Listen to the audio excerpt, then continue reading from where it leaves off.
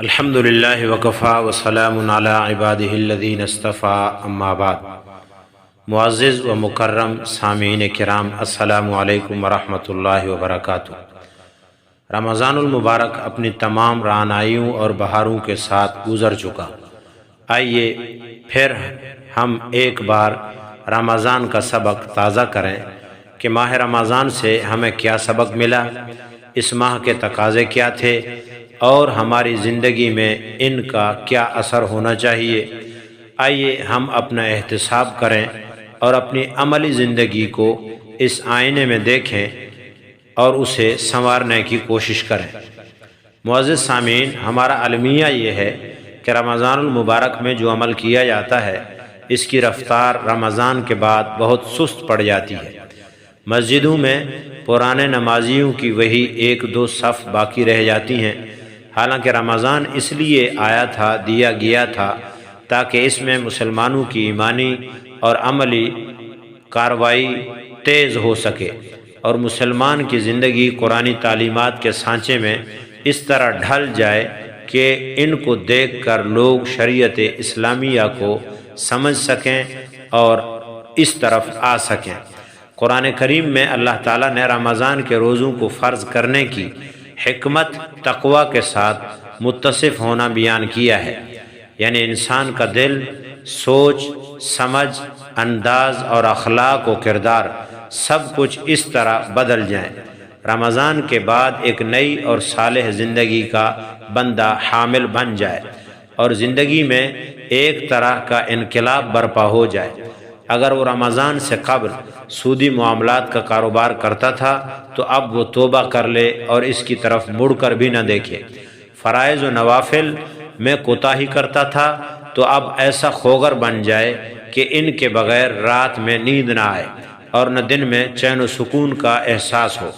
اگر یہ کیفیات دل میں پیدا ہو گئی ہیں اور زندگی میں ایسا تغیر رونما ہو گیا ہے تو سمجھ لینا چاہیے کہ رمضان کا مقصد حاصل ہو چکا ہے اور اس نے اللہ کی رضا کو پا لیا ہے، ورنہ بظاہر رمضان کا مہینہ ہم نے پا تو لیا اور کچھ اس سے حاصل کیے بغیر وہ اللہ کا مہمان ہم سے رخصت ہو گیا۔ رمضان المبارک کا مہینہ اللہ نے ایک بہترین ٹریننگ سیشن دیا، شیاطین کو باندھ دیا، اعمال پر اجر و ثواب بڑھا دیا گیا، فرض 70 درجہ زیادہ اور نوافل کو فرضوں کے برابر ثواب میں کر دیا گیا۔ اللہ تعالیٰ کی طرف سے گویا ایک بہترین تربیتی نشست دی گئی تاکہ یہ تربیت یافتہ افراد باقی کے 11 ماہ بھی اللہ کی عبادت اور جستجو میں گزاریں۔ جو اعمال پورا مہینہ ٹریننگ کر کے اختیار کیے، ان پر استقامت کے ساتھ سال بھر دن اور رات گزاریں۔ چنانچہ امی جان عائشہ صدیقہ رضی اللہ تعالی عنہا سے کسی نے نبی اکرم صلی اللہ علیہ وسلم کے اعمال کے مطابق پوچھا تو آپ رضی اللہ تعالی عنہ نے فرمایا کہ رسول اللہ صلی اللہ علیہ وسلم نے فرمایا، درمیانی چال اختیار کرو اور بلند پروازی نہ کرو اور عمل کرتے رہو، تم میں سے کسی کا عمل اسے جنت میں داخل نہیں کر سکے گا۔ میرے نزدیک سب سے پسندیدہ عمل وہ ہے جس پر ہمیشگی کی جائے، خواہ کم ہی کیوں نہ ہو۔ محترم سامعین، اس بات کی تائید سیدنا علقمہ رضی اللہ تعالیٰ عنہ کے قول سے بھی ہوتی ہے کہ انہوں نے حضرت امی جان عائشہ رضی اللہ تعالیٰ عنہ سے سوال کیا اور کہا، ام المومنین، رسول اللہ صلی اللہ علیہ وسلم کے عمل کی کیفیت کیا تھی؟ کیا آپ صلی اللہ علیہ وسلم کسی خاص عمل کے لیے کچھ خاص ایام مخصوص فرما لیتے تھے؟ انہوں نے فرمایا، نہیں، آپ کا عمل دائمی ہوتا تھا اور تم میں سے کون اس قدر استطاعت رکھتا ہے جتنی استطاعت رسول اللہ صلی اللہ علیہ وسلم میں تھی۔ معلوم ہوا کہ نبی اکرم صلی اللہ علیہ وسلم کا معمول اور عملی سیرت ہمیں یہ بتاتی ہے کہ اعمال بے شک مقدار میں کم ہوں لیکن مستقل ہونے چاہیے۔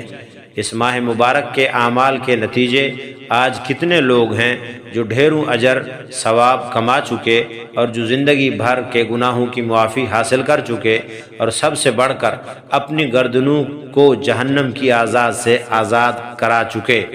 مبارکباد کے مستحق یہی لوگ ہیں مبارک ہو ایسے لوگوں کو اپنی سعادت اور خوش نصیبی پر جو انہوں نے اس ماہ مبارک میں کوششیں کیں اور اس پر جتنا بھی اللہ کا شکر ادا کیا جائے کم ہے۔ وہ لوگ جنہوں نے اس ماہ مبارک میں خوب محنت کی اور نیک عمل کی جد و جہد کی، میں ان سب کو اس عید کے بعد کے موقع پر 4 باتیں عرض کروں گا۔ پہلی بات کہ وہ اللہ کا شکر کریں اور اللہ کے فضل و کرم کو سمجھیں کہ اللہ کے فضل و کرم ہی سے انہوں نے رمضان کی عبادات کی ہیں، اللہ قبول فرمائے۔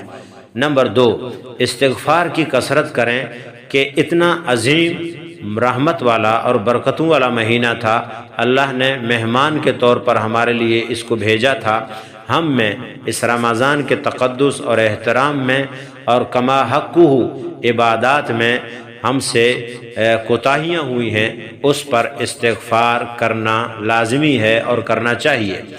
تیسری بات، نیک اعمال کو جاری رکھنا چاہیے کہ اس ماہ میں جتنے اس نے نیک اعمال کیے ہیں وہ پورا سال ان کو اسی طرح جاری رکھے۔